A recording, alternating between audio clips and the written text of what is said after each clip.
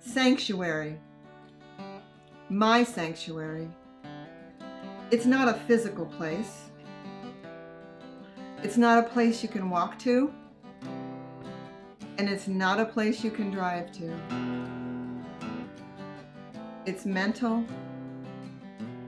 It's spiritual. It's the only place where I can find peace from the pain.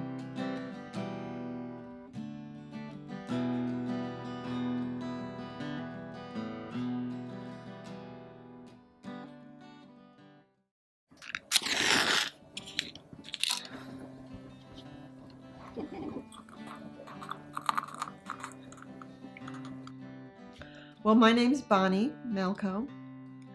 I'm a folk singer. I like folk music, and I've sang since I was in junior high, I guess. Got a guitar and just went to town with it, and it's just a joy in my life. Yeah, so I grew up in the 60s.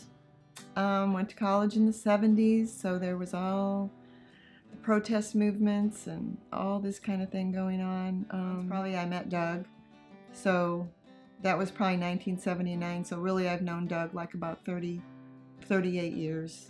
Played guitar, you know, we sang, and so I brought my guitar, he brought his guitar, and he thought my music was just over the moon, so he just fell in love with my voice and my singing. And I mean, he was an artist, a musician. He did some of this artwork here. You know, Doug, he loved me unconditionally. He was by my side. He was always, we were together. And now, you know, he's still here. He's still here. If you believe in me, you will never die. Jesus said that. And I believe that's true. I saw that in his dying breath. I saw it. I saw him just, his eyes were wide open. He was just like, whoosh, going to the next place. Breathtaking and amazing. You know, when that spirit went from this body whew, to the other realm, to God's realm, to heaven. And wow, what a radical experience that was for him. Doug calls and said, I have a lump under my arm. And I'm like, man. He had had a mole on his abdomen, I guess, upper abdomen, for years. And the doctor said, well, this is nothing. This is not characteristic of any cancer, so we're not going to worry about it. But you can get it taken off, you know, for cosmetic purposes. Well, they didn't do that right away. The doctor felt the lump, didn't think it was anything. He said, well, let's wait a month. It's probably just such and such. Harmless. So he waited a month, and I'm like, Doug, don't wait a month. But he waited a month, and it had grown from the size of an egg to the size of more like a baseball under his arm, a lump. So the doctor's like, oh, this isn't good. Let's take that mole off. So he took the mole off in May, got it analyzed. It was melanoma, which generally has a very, very bad prognosis. And when we asked the oncologist, what's the cure rate with these treatments, she said, oh, there's no cure for melanoma. No. This gave us at least 3 or 4 months of good quality time. But I found another lump, second lump under the other arm. So I'm like, oh man. So I came back home immediately the next day and never left his side after that. At some point he began to be in pain, more than he could bear. But eventually he sat right here in a chair, and he just, for 2 weeks he was in this chair, and I was sleeping right here on a little mat that I made, and that was our world.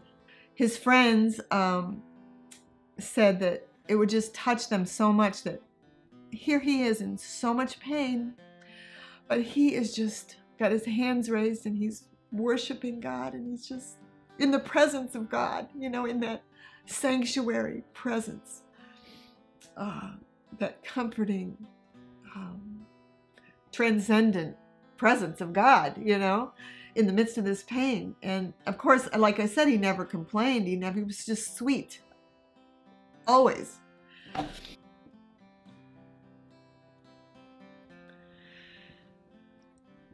And then the last,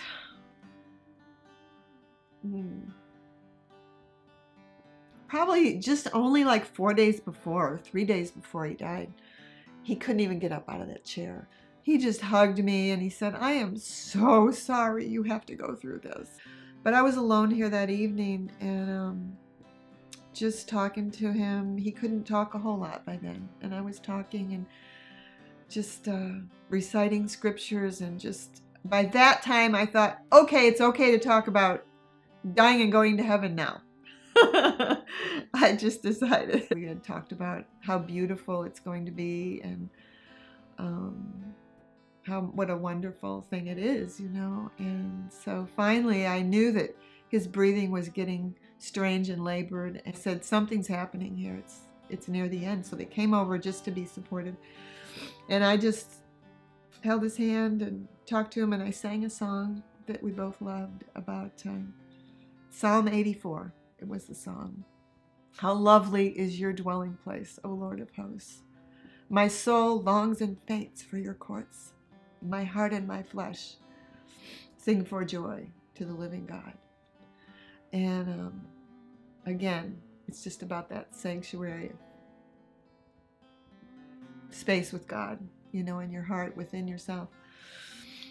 And as I sang that, his eyes opened wide, and he was moving. He was moving on. I could just tell, you know, because I was singing that song, and he always loved to hear me sing. But that song just ushered him out into the next world. That's been our refuge, is this place with God where you're not looking to, or no, you're not depending on the circumstances of life or the people of life to fill you up. You have it right here. You have this space where God is present. God is present, and his shalom, peace, is just well-being, is just filling you up. In the Old Testament, in King David's day, the sanctuary was a place. But now it's not a place. It's a state.